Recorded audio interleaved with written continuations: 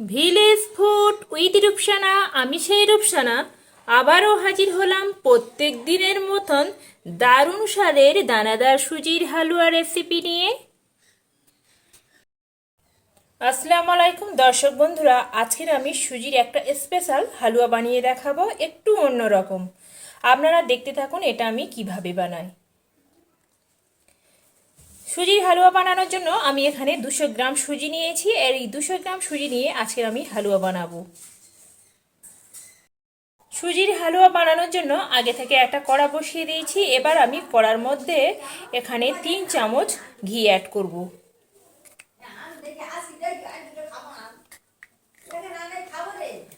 এবার আমি ঘিটা মেল্ট হওয়ার জন্য অপেক্ষা করব। ঘিটা আমার সুন্দরভাবে মেল্ট হয়ে গেছে। এখানে আমি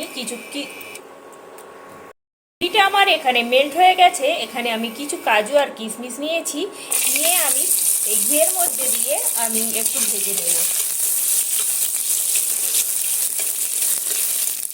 কাজু আর কিশমিশটা আমার এখানে সুন্দর করে ভেজে নিয়েছি। এবার আমি এগুলো কড়া থেকে তুলে নেব। এই কড়ার মধ্যে এখানে আবারও আমি এখানে 3 চামচ ঘি অ্যাড করছি।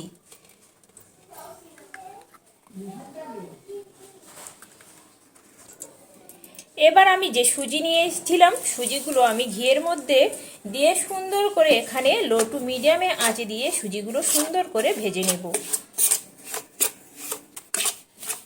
সুজিটা আমার এখানে নাড়তে নাড়তে সুজিটা রংটা আমার চেঞ্জ হয়ে গেছে। এবার আমি এখানে যে কাজটা করব, এখানে আমি এই চামচের মেপে আমি এখানে 2 চামচ বেসন দেব। একদম মুচো করে নিয়েছি।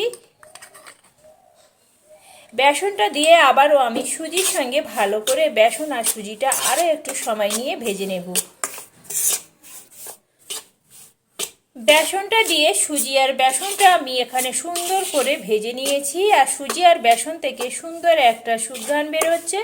তখন বুঝে নিতে হবে এখানে আমার সুজি আর বেসনটা ভাজা একদম এই সুজির হালুয়ার জন্য পারফেক্ট হয়ে গেছে।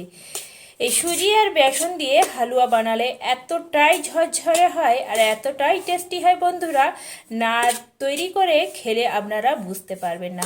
আর সুজি আর বেসনটা আমি ঠিক এইভাবে ভেজে নিয়েছি। তবে আঁচটা একদম কিন্তু বন্ধুরা মিডিয়াম আঁচে দিয়ে ভাজতে হবে, না হলে তলা থেকে পুড়ে যাওয়ার সম্ভাবনা হবে। সুজি আর বেসনটা আমার একদম রেডি হয়ে গেছে ভাজা। এবার আমি এখানে 150 গ্রাম চিনি নিয়েছি। চিনিটা আমি এর মধ্যে দিয়ে দিলাম। চিনিটা দিয়ে আবারও সুজি আর বেসনের সঙ্গে এইভাবে একটু নেড়েচেড়ে মিশিয়ে নিচ্ছি।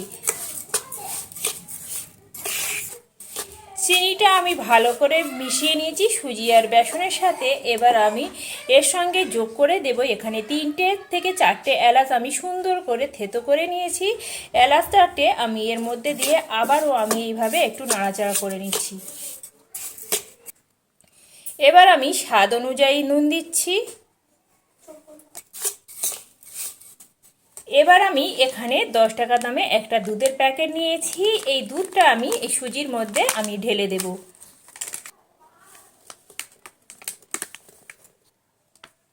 আর দিয়ে দেব এখানে যে কাজু আর কিশমিশটা ভেজে রেখেছিলাম, কাজু আর কিশমিশটা আমিও দিয়ে দিলাম। আজকের বন্ধুরা বললাম একটু অন্যরকম সুজির হালুয়া করে দেখাবো। আর দিয়ে দেব এখানে আরও 3 চামচ ঘি। এইভাবে আমার মতন করে একবার ফলো করে তৈরি করে দেখবেন। আশা করি আমার মতন একদম পারফেক্ট হালুয়া আপনারা বানাতে পারবেন আর একদম হবে ঝরঝরে। সমস্ত কিছু উপকরণ দেওয়ার পরে এইভাবে খুন্তি দিয়ে আবার আমি লো টু মিডিয়ামে আঁচে দিয়ে সমস্ত উপকরণটা সুজির সঙ্গে একবার এইভাবে ভেজে নিচ্ছি। সমস্ত উপকরণ দিয়ে এইভাবে সুজির সঙ্গে আমি নেড়ে ছেড়ে নিলাম। এবার আমি সুজি থেকে সুন্দর একটা সুঘ্রাণ বের হলে এর মধ্যে আমি অল্প অল্প করে পানি দেব আর সুজিটা নাড়তে থাকব।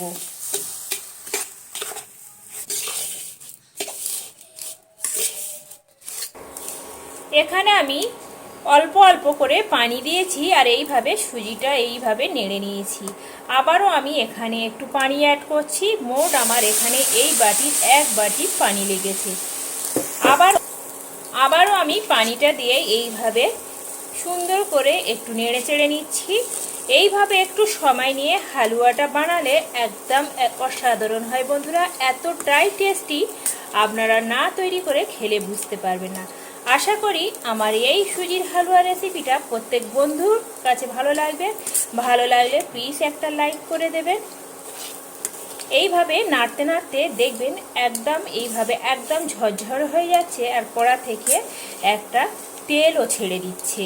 তখন বুঝে নিতে হবে আমাদের সুজির হালুয়াটা একদম রেডি হয়ে যাচ্ছে। দেখতে পাচ্ছেন বন্ধুরা, এইভাবে নাড়তে হবে অনবরত, নাড়া বন্ধ দিলে চলবে না। নাড়তে নাড়তে সুজিটা কত সুন্দরভাবে এখানে সেদ্ধ হয়ে যাচ্ছে আর সুজিগুলো একদম ঝরঝরে হয়ে যাচ্ছে। আবারও আমি খুন্তি দিয়ে এইভাবে চারিদিকটা ফাঁক করে দিয়ে এইভাবে মাঝখানে আরও 2 চামচ ঘি অ্যাড করছি। এইভাবে অল্প অল্প করে ঘি দিতে হবে আর নাড়তে হবে, এতে করে সুজির যে হালুয়ার স্বাদটা কিন্তু বন্ধুরা দ্বিগুণ বেড়ে যাবে। এখানে আমার মোট 50 গ্রাম ঘি লেগেছে বন্ধুরা। দেখতে পাচ্ছেন বন্ধুরা, আমার সুজির হালুয়াটা কত সুন্দর ঝরঝরে হয়েছে। দেখতে যেমন লোভনীয় হয়েছে, খেতে বন্ধুরা আরও টেস্টি হয়। আর দেখতে পাচ্ছেন বন্ধুরা, একদম ঝরঝরেও হয়ে গেছে আর কড়া থেকে সম্পূর্ণ আলাদাও হয়ে যাচ্ছে। দেখেই বুঝতে পাচ্ছেন যে সুজির হালুয়াটা কত সুন্দরভাবে আমার পারফেক্টভাবে একদম রেডি হয়ে গেছে। এবার আমার একদম হালুয়াটা রেডি হয়ে গেছে। এবার আমি এটা নামিয়ে নেব আর একটু আমি তুলে দেখাচ্ছি কতটাই লোভনীয় হয়েছে। দেখতে পাচ্ছেন বন্ধুরা, সুজির হালুয়াটা আমার কত সুন্দরভাবে রেডি হয়ে গেছে আর একটু আমি চামচেও তুলে দেখাচ্ছি কতটাই ঝরঝরে। দেখেই বুঝতে পাচ্ছেন বন্ধুরা, একে অপরের গায়েও লাগছে না আর একদম দানাদার ঝরঝরে হয়েছে। বন্ধুরা, আমার এই দানাদার সুজি ঝরঝরে হালুয়া রেসিপিটি যদি ভালো লেগে থাকে বন্ধুরা, প্লিজ একটা লাইক করে দেবেন। আমার নতুন নতুন ভিডিও পেতে গেলে চ্যানেলটি সাবস্ক্রাইব করবেন বন্ধুরা, প্লিজ বন্ধুরা প্লিজ।